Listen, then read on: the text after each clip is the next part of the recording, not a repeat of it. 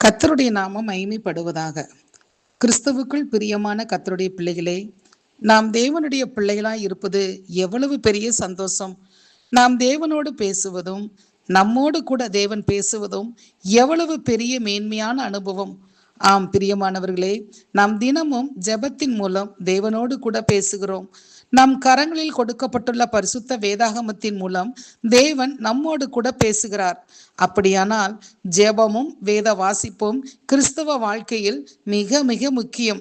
இவைகள் கிரமமாக சரியாக ஒரு மனிதனுடைய வாழ்க்கையில் காணப்படும் போது அவர்கள் வாழ்க்கை என்னும் படகில் புயல் அடித்தாலும் காற்று வீசினாலும் அவர்கள் பத்திரமாக கிறிஸ்துவுக்குள் பாதுகாக்கப்படுகிறார்கள்.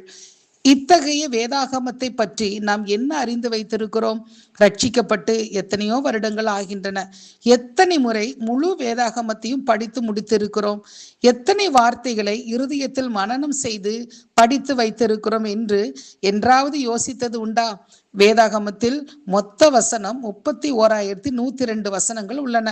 இதில் பழைய ஏற்பாட்டில் 23,145 வசனங்களும், புதிய ஏற்பாட்டில் 7,957 வசனங்களும், பழைய ஏற்பாட்டில் 929 அதிகாரமும், புதிய ஏற்பாட்டில் 260 அதிகாரமும் உள்ளடங்கி இருக்கிறது. நம்முடைய வாழ்க்கை முழுவதும் வாழ்க்கைக்கு தேவையான ஆலோசனைகள் அனைத்தும், தேவனை பின்பற்றி நித்தியத்தை சுதந்திரித்துக் கொள்ள வேண்டிய வழிமுறைகள் அனைத்தும் இந்த ஒரே வேதாகமத்தில் தான் குறிப்பிடப்பட்டு இருக்கிறது.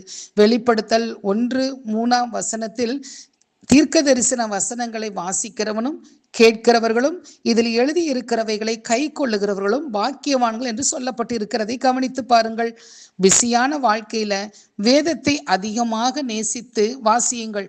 ஒரு வருடத்துக்கு ஒரு முறை முழு வேதாகமத்தையும் வாசித்து முடியுங்கள்.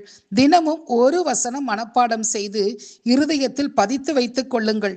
ஏனென்றால் கடைசி காலத்தில் பிசாசின் தந்திரங்களை, சோதனைகளை தேவ வார்த்தையின் மூலம்தான் மேற்கொள்ள முடியும்.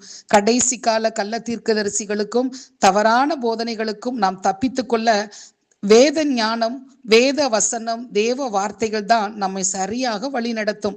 சங்கீதம் 119, 165 உம்முடைய வேதத்தை நேசிக்கிறவர்களுக்கு மிகுந்த சமாதானம் உண்டு என்ற வார்த்தையின்படி வேதத்தை நேசியுங்கள், வாசியுங்கள். கர்த்தர் வார்த்தையின்படியே நம்மை நடத்துவாராக. ஆமேன்.